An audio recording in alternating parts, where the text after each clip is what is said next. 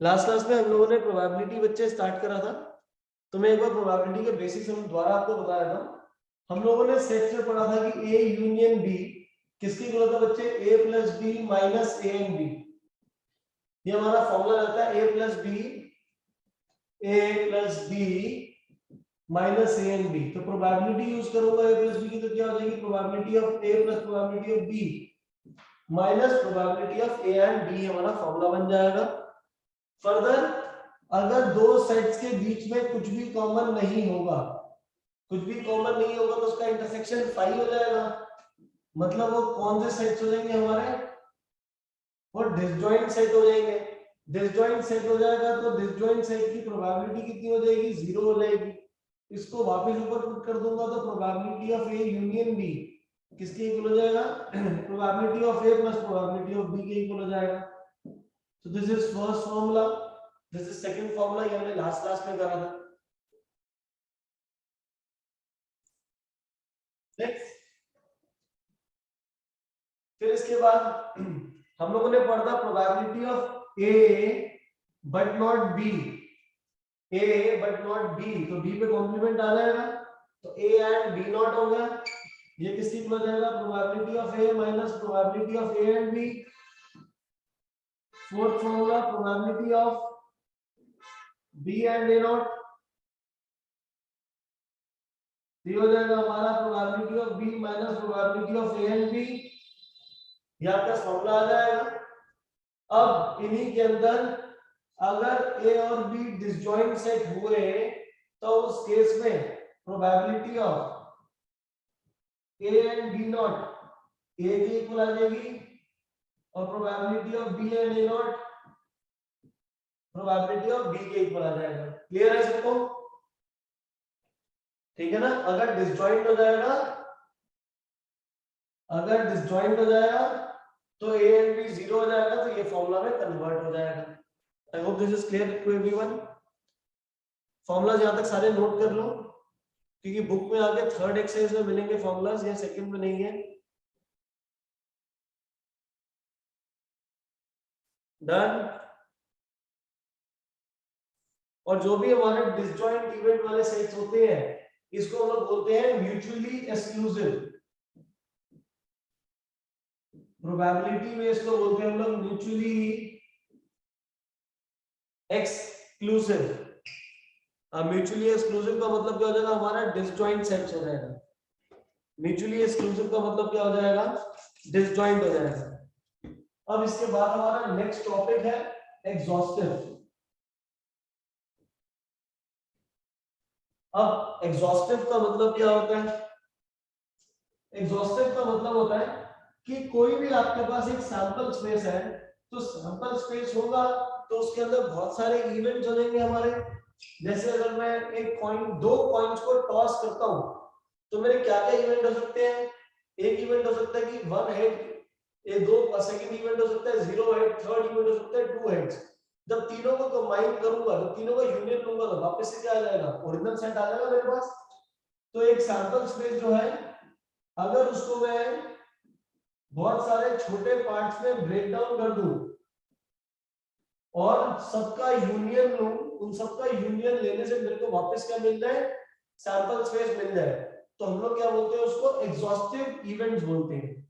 For example, a coin is tossed twice.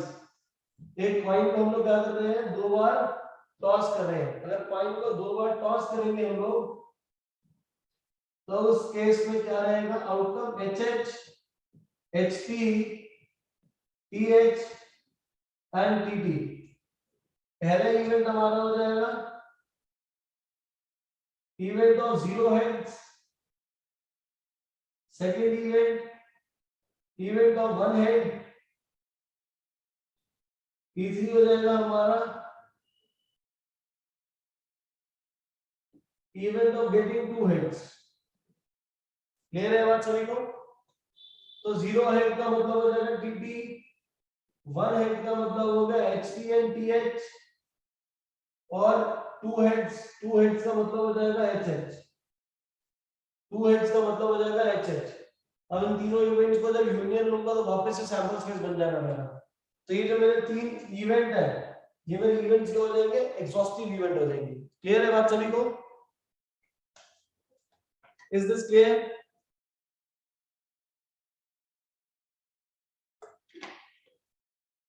Note कर लेना इसको, नोट करके डाल दी चैट बॉक्स।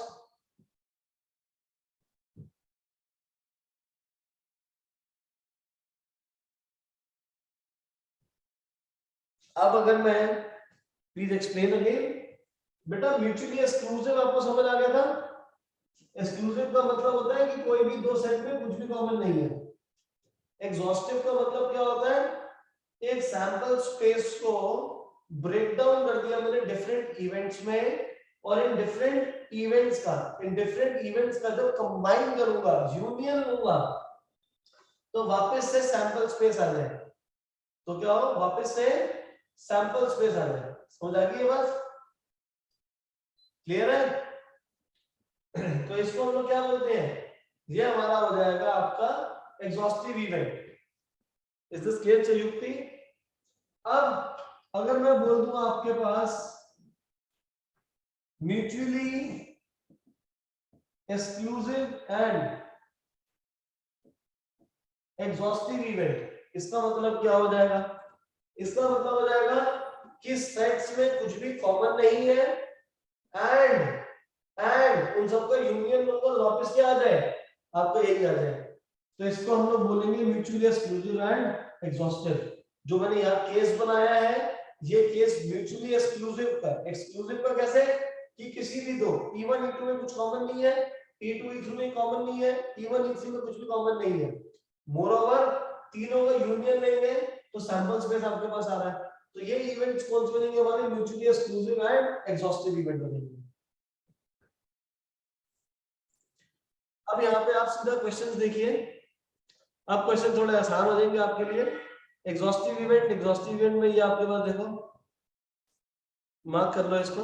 और यही हमने करा था अभी, E1 union E2 union E3 सबका कॉम्बिनेशन जो है वो आपका वापस सैंपल स्पेस के इक्वल आ रहा है।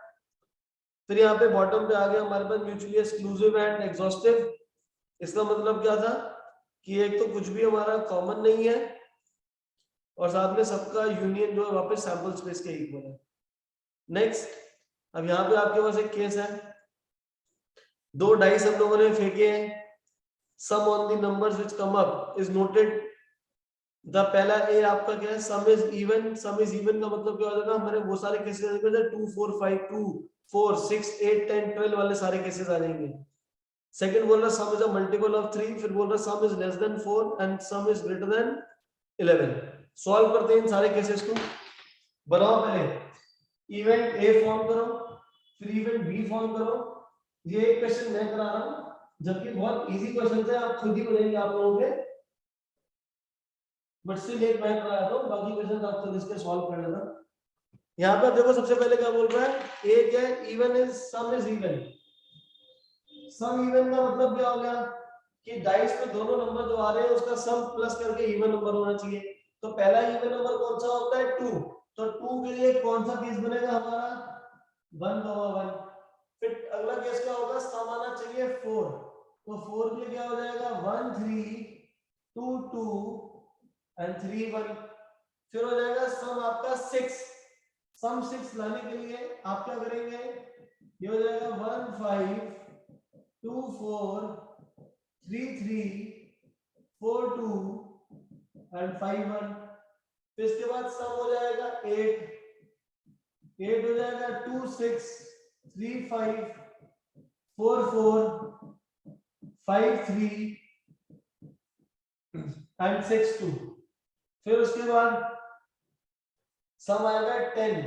सम 10 के लिए हम लोग करेंगे 4 6 5 5 6 4। फिर सम आ जाएगा 12, ये हो जाएगा हमारा 6, 6 हो जाएगा। सेकंड डी आपके पास बोल रहा है sum is a multiple of 3। Sum जो है मल्टीपल ऑफ 3 है, तो मतलब सम क्या क्या हो सकता है, 3 6 9 12। तो 3 के हो जाएगा 1 2 एंड 2 1।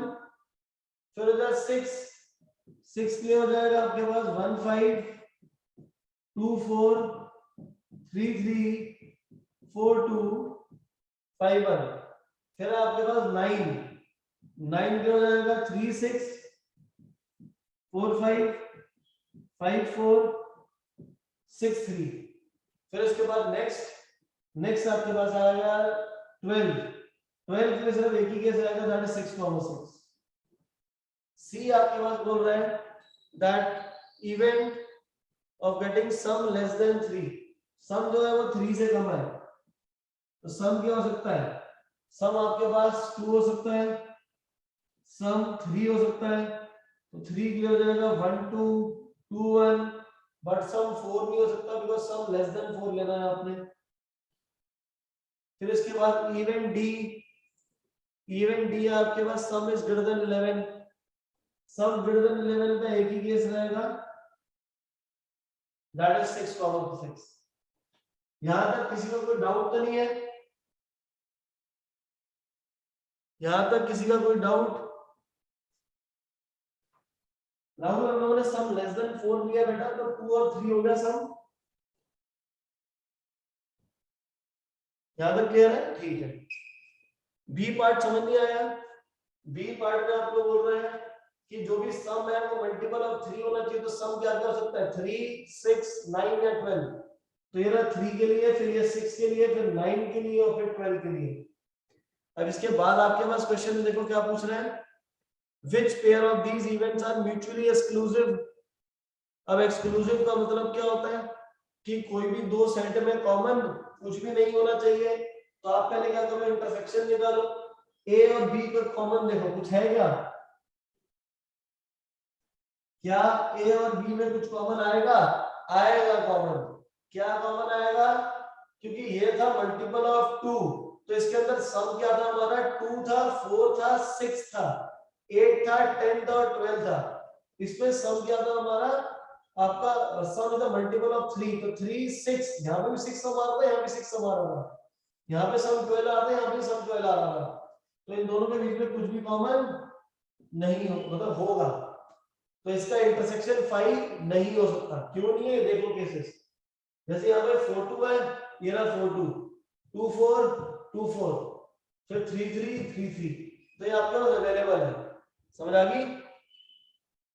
तो इन दोनों के बीच में कॉमन हमारे पास आ रहा है, जिसकी वजह से intersection is not equal to 5। फिर ए और सी में चेक करो, सी में सम कितना आ रहा है? यहाँ पे 2 आ रहा है, तो इन दोनों के बीच में 1 1 यहाँ पे भी है, 1 1 यहाँ पे भी है, तो फिर दोबारा से कॉमन आ गया, तो मतलब इसका इंटरसेक्शन 5 नहीं है।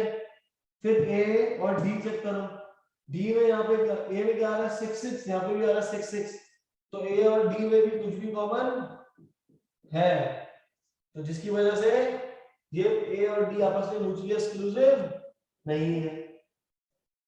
अब बी और सी चेक करो, बी में सम 3 आ रहा है और यहाँ पे भी सम 3 आ रहा है, तो इन दोनों में भी कॉमन है, कॉमन हो जाएगा, तो इंटरसेक्शन आपका 5 नहीं होगा। फिर उसके बाद बी और डी में चेक करो, यहाँ पे भी क्या है? 6 6 आ रहा है, तो B and D is not equal to 5। फिर आखिरी केस बच गया सी एंड डी का, दोनों में कुछ भी कॉमन नहीं है, तो सी एंड डी आपका क्या हो जाएगा? 5 हो जाएगा, which implies C and D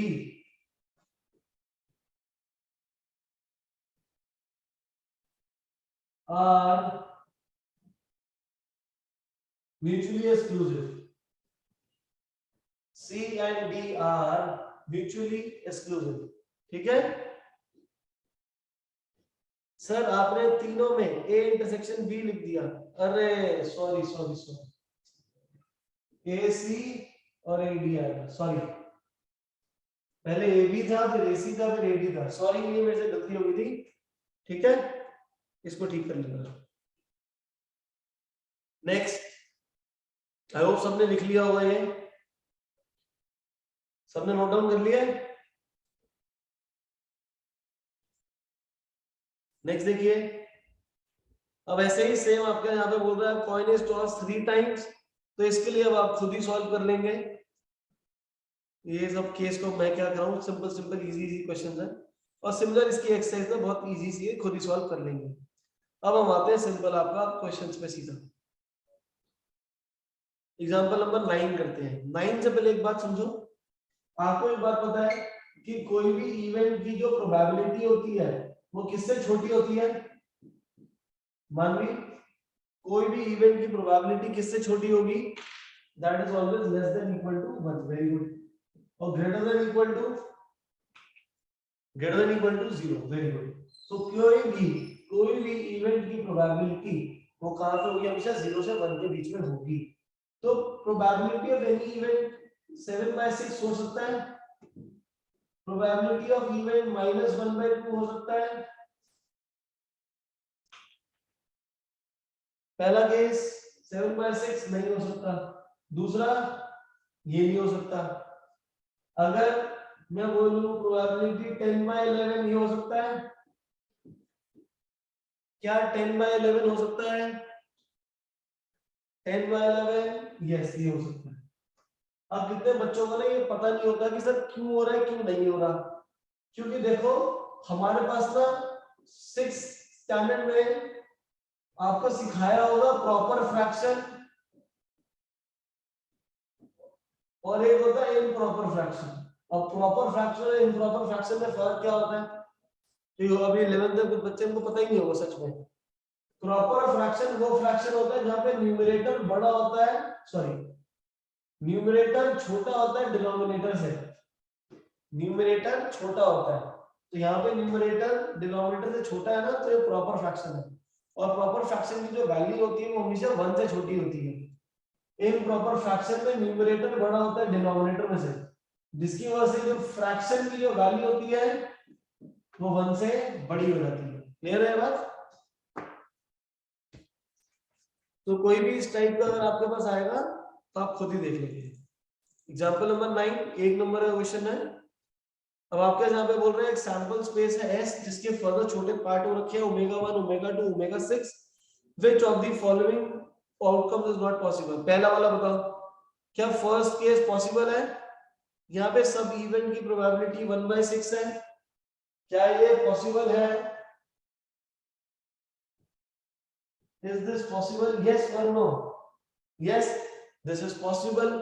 जैसे अगर एक डाइस को फेंकूं मैं तो 1 आने की क्या प्रोबेबिलिटी है? 1/6। 2 आने की 1/6, 3 आने की 1/6। तो हर एक इवेंट आने की प्रोबेबिलिटी क्या हो जाएगी उस केस में? 1/6 हो जाएगी, अगर मैं हर एक नंबर को पिक कर रहा हूं तो। अगर मैं सेकंड वाले की बात करूं, यहाँ पे सेकंड वाला केस देखो आपके पास बोल रहा है प्रोबेबिलिटी 1 0 0 0 0 0 0। क्या ये पॉसिबल है? क्या ये पॉसिबल है? Yes this is possible. Why this is possible? क्योंकि देखो पहले वाले इवेंट की प्रोबेबिलिटी हो गई 1, बाकी सबकी प्रोबेबिलिटी हो गई 0। अगर मैं सारे इवेंट का यूनियन करूंगा तो वापस ω1 बन जाएगा, जिसकी वजह से टोटल प्रोबेबिलिटी कितनी आएगी? 1 ही आएगी। ठीक है, तो अकाल इसलिए ये पॉसिबल है। सी चेक करो, क्या सी पॉसिबल है? क्या सी पॉसिबल है? सी पॉसिबल नहीं है। क्यों पॉसिबल नहीं है? क्योंकि ω5 -1/4 है, ω6 -1/3 है, जिसकी वजह से वो पॉसिबल नहीं है, क्योंकि नेगेटिव हो नहीं सकता। फिर डी वाले पे आ जाओ, क्या डी वाला पॉसिबल है? डी वाला पॉसिबल नहीं है। क्यों पॉसिबल नहीं है? क्योंकि ω6 की वैल्यू कितनी है? 3/2 है, और 3/2 जो होता है वो हमारा 1 से बड़ा हो जाता है।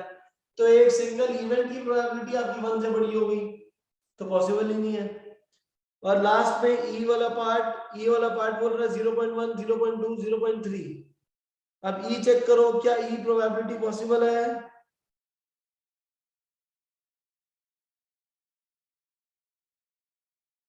क्या पॉसिबल है? लास्ट वाला मनकीरत कह रहा है सर पॉसिबल है। Anyone else?